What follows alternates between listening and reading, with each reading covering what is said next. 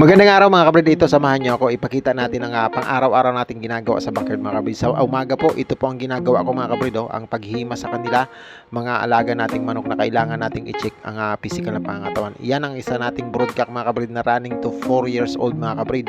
Ayan po ay Boston Roundhead mga kabrid, ang pinakamatanda sa 5 magkakapatid mga kabrid na hindi pa natin nagagamit mga kabrid.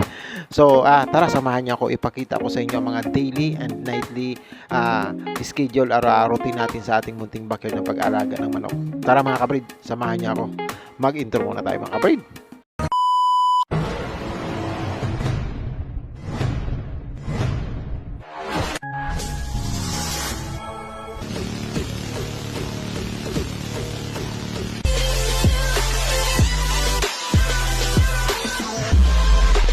A few moments later. At ayun nga mga kabrid, dahil hapon na tayo at maghapon po ang ulan mga kabrid sa ating munting backyard. Ito, nag-prepare na lang tayo ng mga gagamitin natin. Gabi na po sa mga oras na ito, and then ipakita ko sa inyo ang mga stock ko na mga hinihingi at binibiling mga saging na reject mga kabrid. So ayan, makikita nyo yung binalatan ko na siya, tapos inipong ko na siya sa isang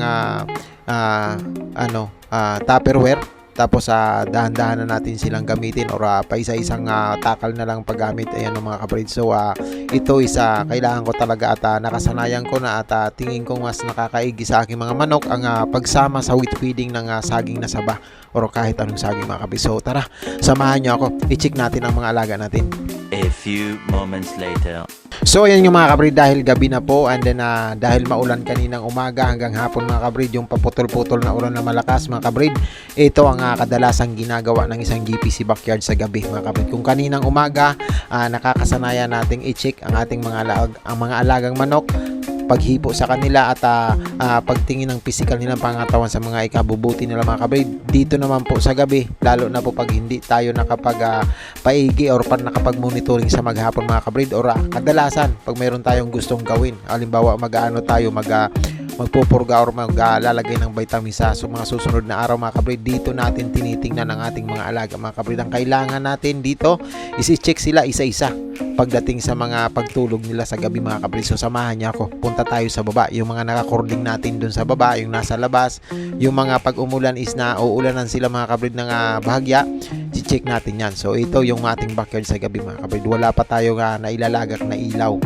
So mas maigi din sa mga manok natin ng medyo madilim-dilim siya. Pero umiilaw po yan mga kabrid. Pag may taong dumaan dyan mga kabrid, kasi may CCTV nakatutok dyan, umiilaw po yan. Tinututukan yung mga manok natin pag gumalaw sila. So ayan ang ating mga nakakording mga kabrid. Pagpasensyahan nyo na, ang ating munting paglalathala ngayon ay madilim.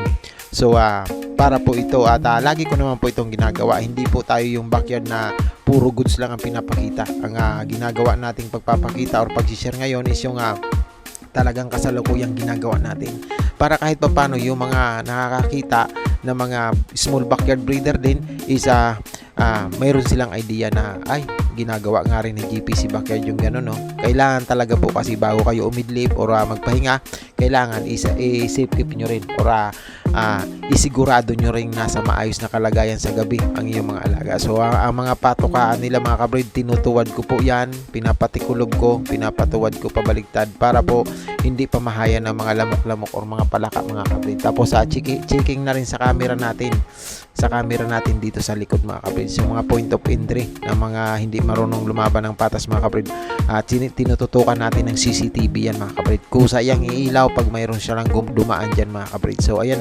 checking na rin sa mga breeding pins natin. So ito, inimti ko to, inalis ko ang laman nito mga kabrid dahil hindi na maganda yung lupa. Kailangan lagyan ko siya ng buhangin para ma-refresh ulit ang lapagan nila. Lilinisin ko po siya, i-disinfect ko po bahagya, tapos lalagyan ko po ng lupa kasi lubog na po. Tsaka nababasa po kasi yan ng konti, kaya inalis ko yung mga maliliit nating stag mga kabrid. So yan checking na rin sa ating mga pasisiw. So malalaki na sila. Kunting na lang nito mga kabrid, magsisitilahukan na to. Pag ganito tayo kabising mga kabrid sa kanila, ang paglaki ng ating mga alaga hindi natin namamalayan, mabibilis po yung lumaki mga kabrid. So ayan checking din sa mga inahin natin, yung mga ginamit natin last breeding. So designated yan for culling mga kabrid. So tinitingnan na ito naman yung mga bagong usbong, yung mga kapatid ng nasa breeding pin, yung mga kabatch nila mga kabrid. So ayan 22 piraso yon mga kabrid, 4 na lang ang natira, puro pa babae mga kabrid. Pero mga ano yon, mga panghuli ng huli ng inbreeding natin, kaya medyo okay yon pagpilian. So ayan no, checking na rin tayo sa mga lupa, sa mga dumi, sa mga area mga kabrid. Tinitingnan ko rin kasi kung malamok, kasi madalas mga kabrid pag nag-checking po ako na malamok, bumabalik po ako, sinisindihan ko po ng katulyan mga kabrid, kasi para matulungan natin na mas maayos ang kalagayan ng ating mga alaga. Ang malamok po kasi kabrid is yung talagang carrier ng mga sakit ng manok mga kabrid. So as of now, wala naman tayong na dadanasan na mas malala gaya ng mga marix na sakit ng manok mga kabrid. So tayo ay atentibo pagdating sa monitoring. Pag nakita natin medyo nagkukulang tayo sa bitamina, ayan ang ginagawa natin, checking tayo para sa mga susunod na araw, mag-multivitamin tayo sa kanila. Yung mga B12 mga kabrid, B12 tsaka calcium, lalagyan natin sila mga kabrid. Yun ang naiisip ko, kaya mag-checking ako lagi ng maigi ngayon. Iisa-isahin ko sila, tapos bukas titingnan ko kung pwede sila sa ganon, kung kailangan ko na bang magpurga or kailangan ko na bang mag-multivitamins mga kabrid. So ayan mga pasisiw natin mga kabrid, chine-check natin yan isa-isa, kasi baka mga kabrid hindi natin namamalayan, pinasok na pala ng hindi yung mga hayop bagaya ng bisita natin lagi na musang, ganun. Mayroon din bayawak pa dito, mayroon pwedeng sawa mga kabrid.